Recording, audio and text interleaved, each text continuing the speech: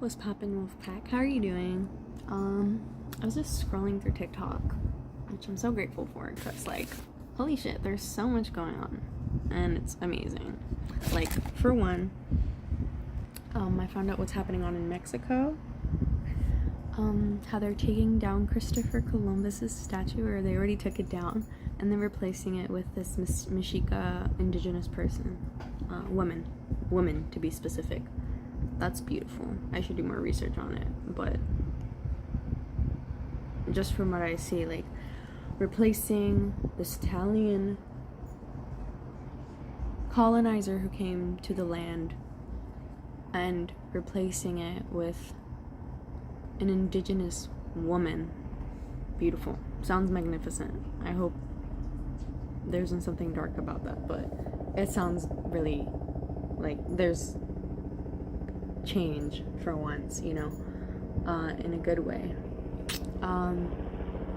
But then down in Texas, after this stupid law that came out, they're trying to eliminate. Can you shut the fuck up? There's no reason to be helicoptering right now.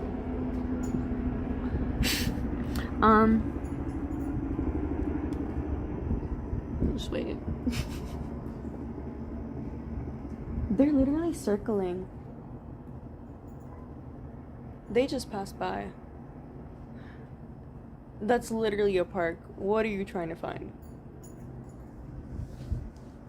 It's literally open land. You could just walk and find whatever you're trying to look for, if it's the cops. Anyway. F the COPS. Oh yeah, Texas. So they're trying to take out indigenous children out of their homes to place them in, quote, good Christian households.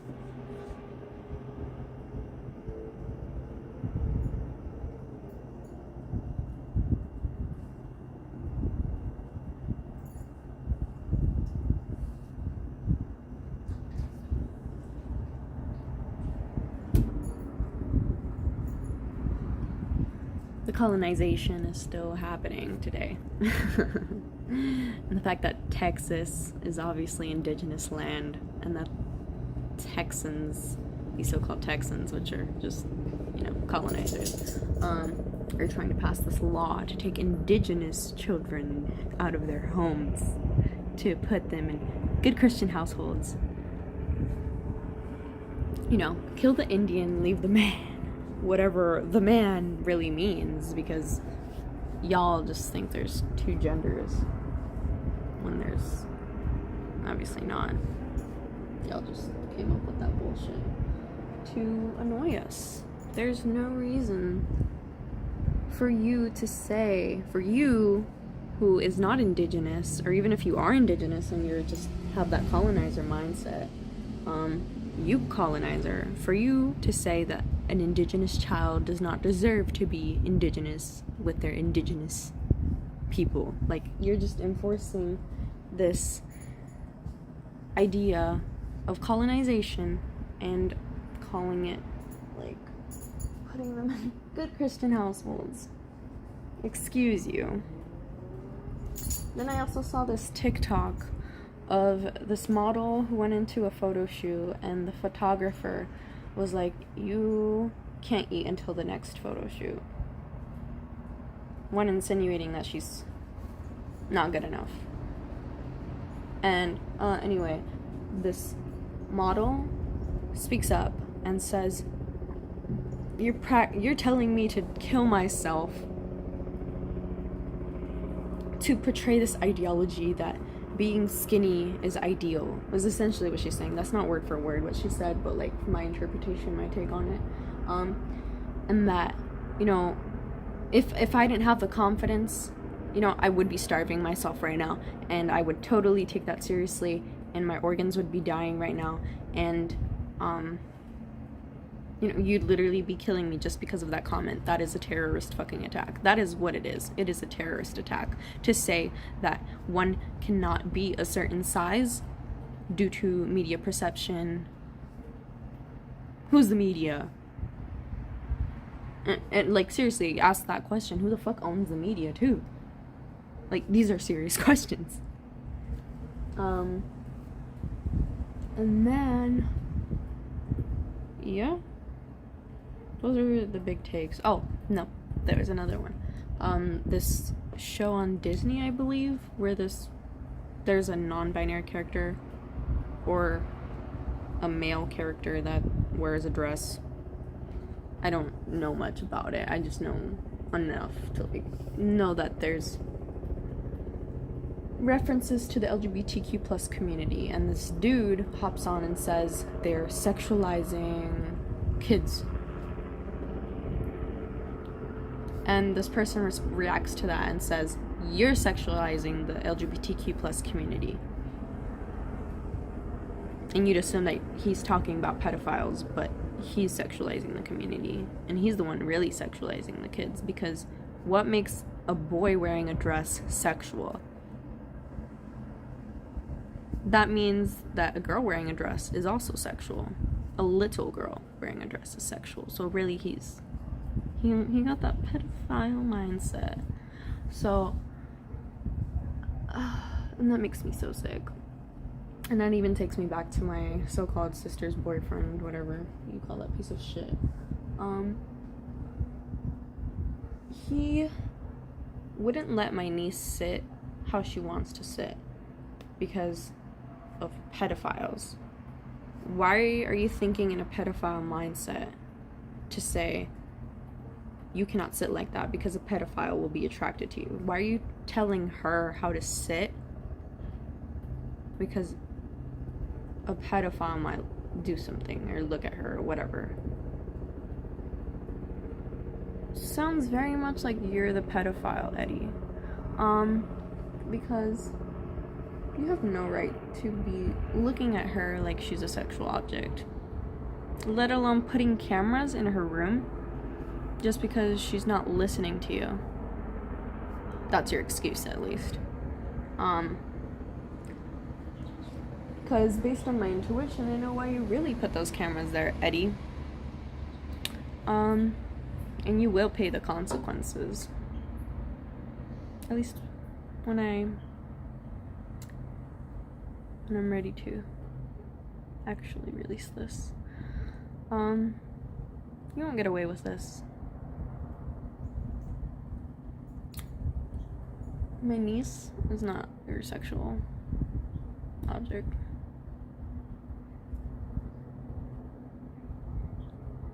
And right now I'm focused on myself so I could help myself grow and be a better person for myself. And if I get the chance, I will rip her out of your sight. And to my sister, who's letting this happen. I mean, she's also probably most likely being gaslighted, but nonetheless, like, it's still a shitty situation. Like, I don't know what to say about that. It's just sounds very sickly and makes me feel distraught. I really pray for her. Obviously, prayer, I feel, is not enough for protecting that child, but I hope my niece, or whatever gender she is, or they are, is hopefully safe. Which obviously is not, because, you know, I can wish all that I want, because that's really what I want for my niece, but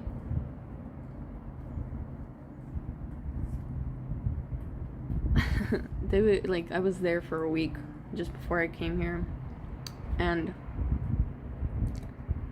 they would fight all the time, Eddie and my sister, and Gia would witness that, and I felt so bad, because part of me, you know, wants to raise this child, but part of me knows that I'm a child and I need to raise my own self, and I can't be raising another child just because I feel bad, you know. I'm not ready, and I haven't healed enough to an extent that I can be patient enough with this other child, because I'm barely patient with myself, and I acknowledge that. I acknowledge that I am not ready to take care of another child because I'm only 18 supposedly, because that's what I've been told, but if you've watched my other videos, you understand what I'm talking about. It's just so strange and so uncomfortable to just, and I think that's why I don't think about it too much and why it's so suppressed, because I don't want to feel that pain knowing that my niece, nephew, whatever, feels that way. And it makes me so sad, because actually just saying niece, nephew, like, this child too wanted to cut their hair like mine, and they were like, no. Why? Just why? Like, there's no good reason not to let this child do what she wants, what they want with their body.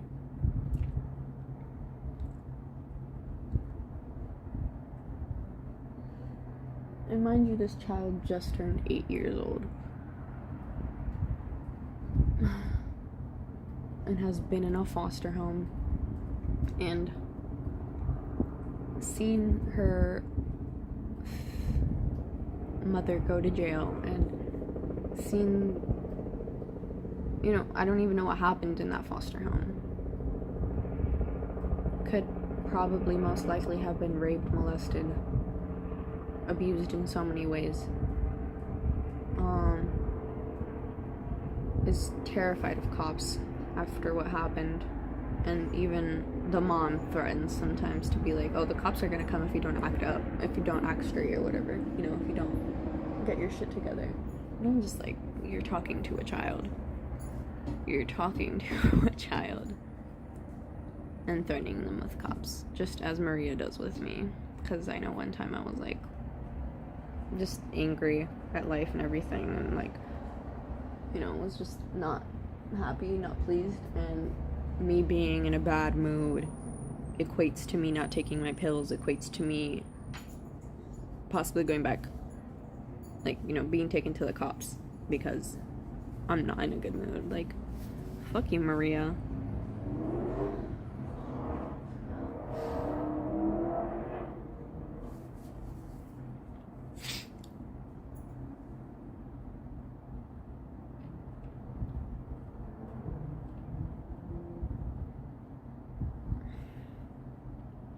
Yeah.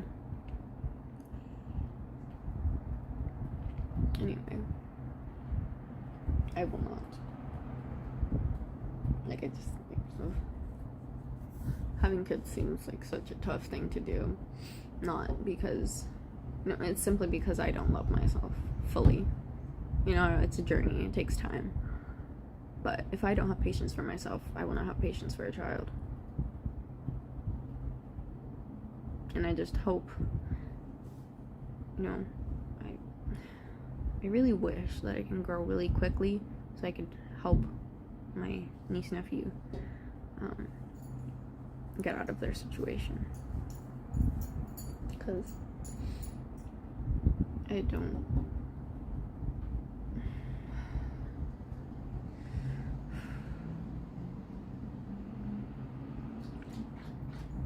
It's tough. I really wish the best.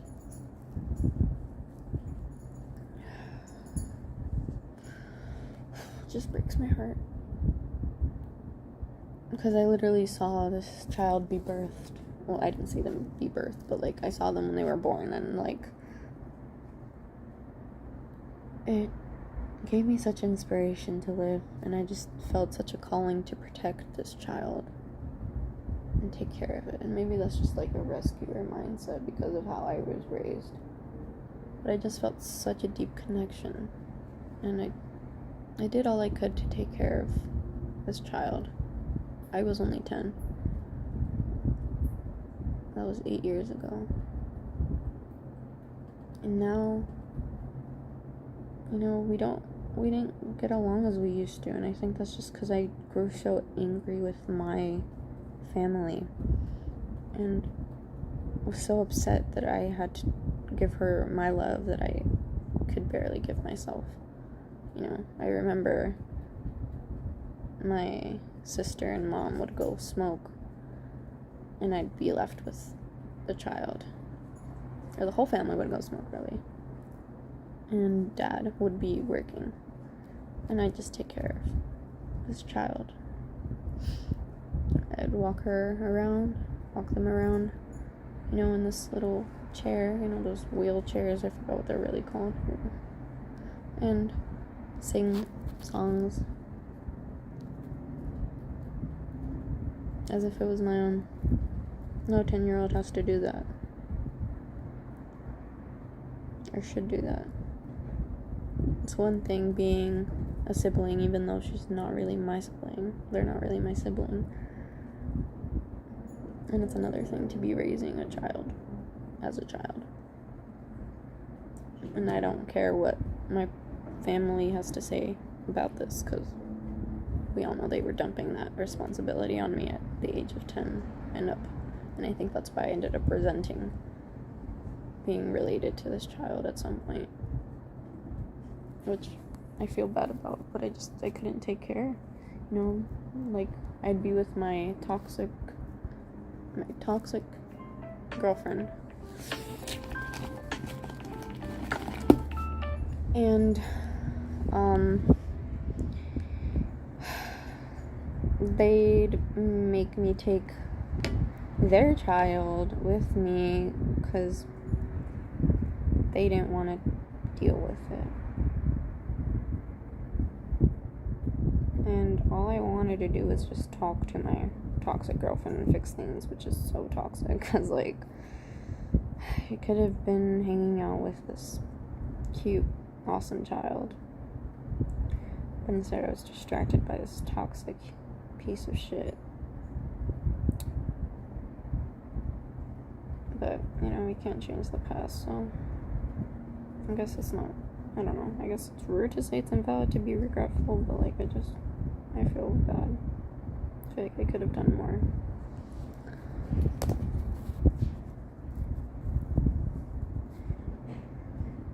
Shit feels so tough. I feel so heartbroken. And, like, there's a little bike over there in the grass, and it reminds me of my niece.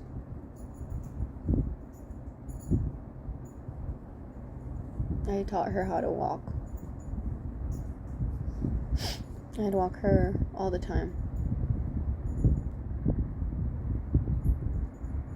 There was this lampshade and I took it off, and she was holding it and using it to walk to the door.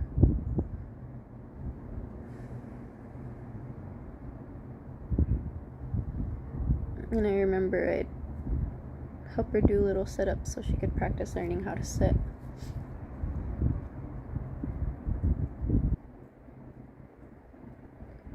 And I'd watch TV with her, and I'd play peekaboo and hide and seek, and, not really hide and seek, but it was peekaboo, because at that time she was only, like, a couple months. She started walking when she was 11 months.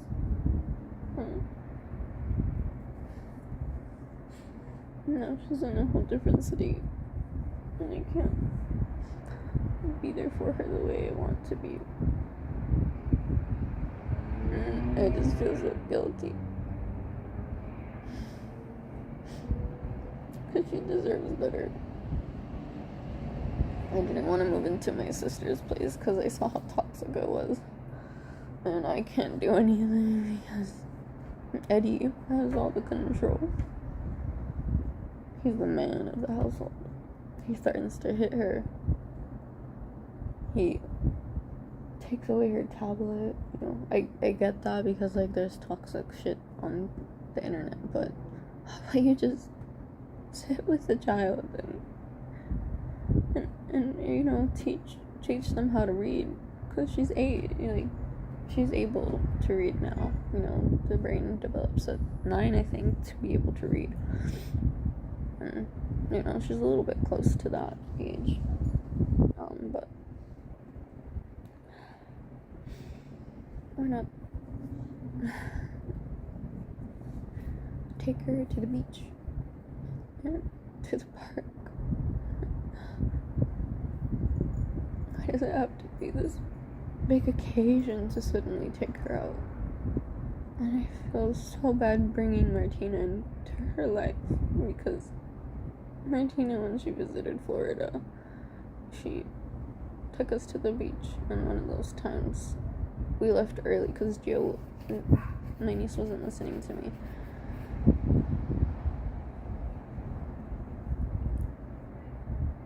And Martina was fighting with me because I yelled at my mom, which I had the fucking right to because this bitch was ticking me off. Like, I'm sorry. I'm not sorry.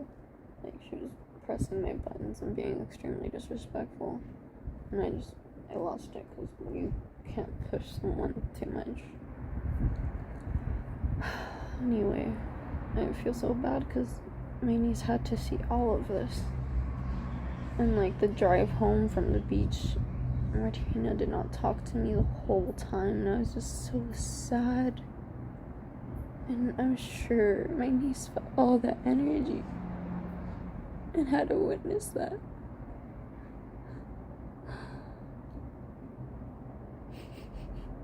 I just feel like it's my fault. But at the same time, I can't blame myself because I'm just a kid myself. And that pisses me off. Because she's so tiny.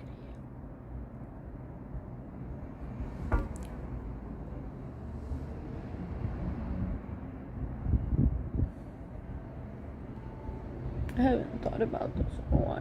The last time I thought about this was when I was in the concentration camp Maria Casa Rehab Center.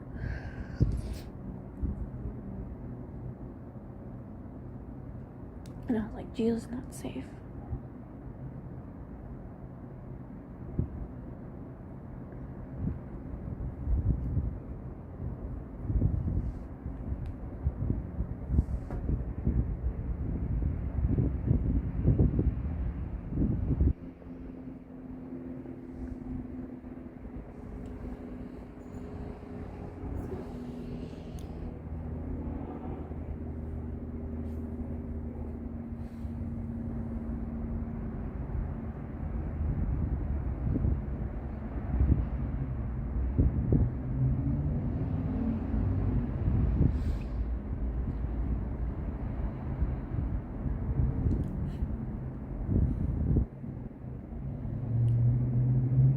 I even took this child to school. Yeah. In Peru, I'd take her to school by myself at like the age of 12 with this 3-year-old who had extremely horrible allergies. Oh, she looked so sick. And, you know, when she was 4, I'd take her to a daycare. She wouldn't listen.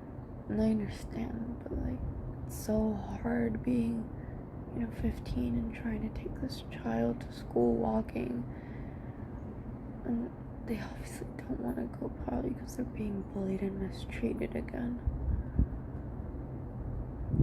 I remember one time she sneezed and she had all boogers all over her face, and I cleaned it with my hoodie. No child should have to raise another child, and that reminds me of this person I met who also had to raise their sibling. This child may not be my sibling, but like, it practically felt like a sibling. It still does. Because my sister was only 19, 20 when she had her. And the age difference is like 8 years, but still doesn't seem like much to me. I hate this so much. I hate being so far away. And I want to go back, but it's just so toxic. Yeah, no, this place is toxic too, but like, I don't know. It's just annoying. Like, we get paid more in California, but there's beaches in Florida, and I love that.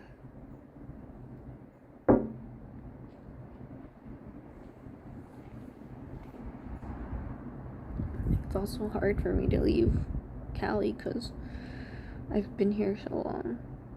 I may have moved so many times, more times than my own age. 18, but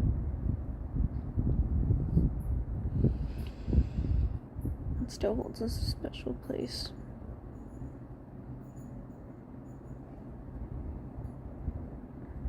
I always come back.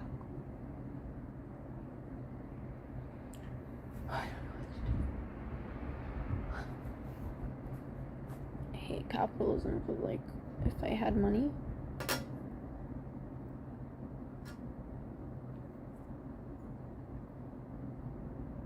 like, the only reason I still live in this shitty place is because I need money to move out. I feel drained. It's so shitty. Oh, well, it's getting cold, so I'm probably gonna go inside now.